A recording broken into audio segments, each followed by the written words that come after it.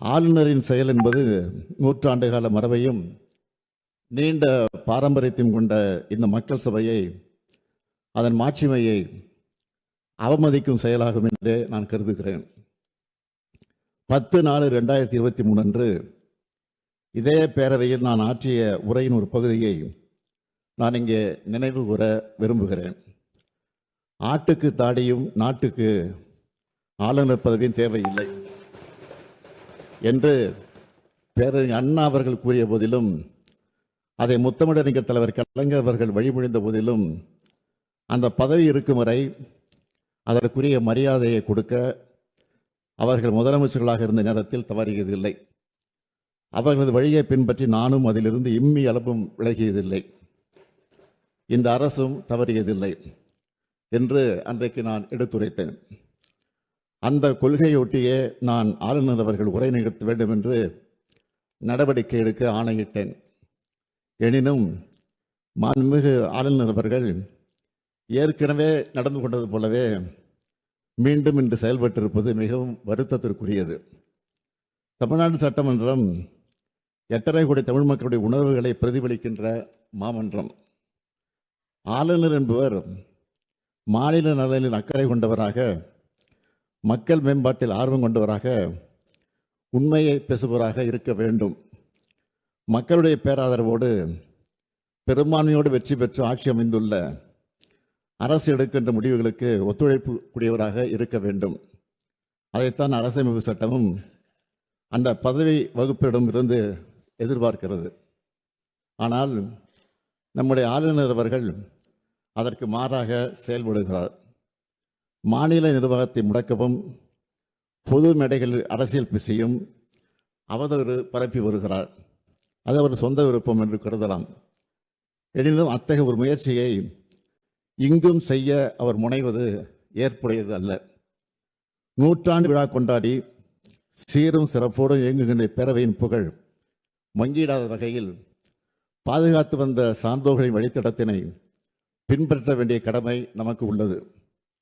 வரலாற்று பெருமை கொண்ட பேரவையின் மாண்பினை பாதுகாக்க வேண்டிய முதல் பொறுப்பு எனக்கு உள்ள காரணத்தால் கீழ்காணும் தீர்மானத்தை மாண்புமிகு பேரவைத் தலைவர்களின் இசைவோடு சட்டமன்ற பேரவை விதி 17 தளர்த்தி முன்மொழிந்திட அனுமதி கோருகிறேன்.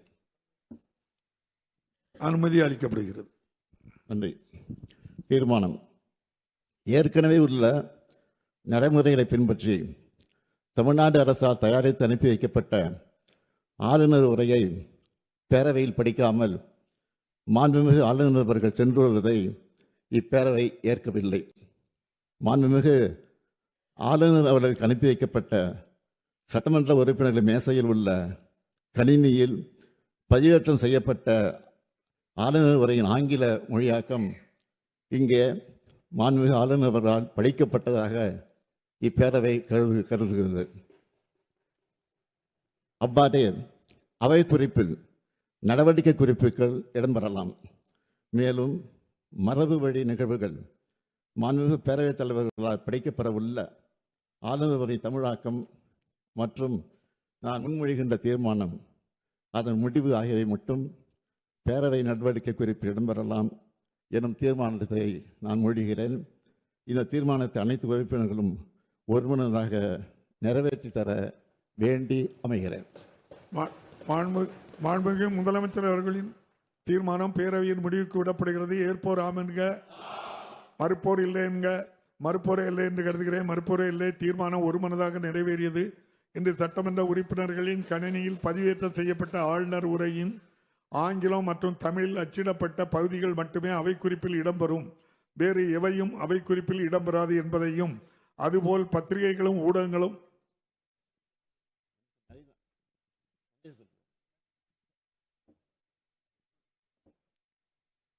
பேரவைத் தலைவர்களே, இந்த சட்டமன்றத்தை மாண்பை காத்து இந்த தீர்மானத்தை நிறைவேற்றி தந்த மாண்புமிகு உறுப்பினர் அனைவருக்கும் என்னுடைய நன்றியை தெரிவித்துக் கொள்கிறேன். ஆண்டுதோறும் அரசின் சார்பில் உரை தயாரித்து அனுப்புவதும் அதனை முறையாக வாசிக்காமல் ஆளுநர் முரண்டு பிடிப்பதும் தொடர்ந்து வருவது நல்லது அல்ல. ஆளுநர்கள் மாநில அரசுகளுக்கு இடைஞ்சலாக இருந்து இப்படி செயல்படுவது இங்கு மட்டுமல்ல, பல்வேறு மாநிலங்களிலும் நடந்து வருகிறது. ஒரு நாள் செய்தியாக இதனை கடந்துவிட முடியாது.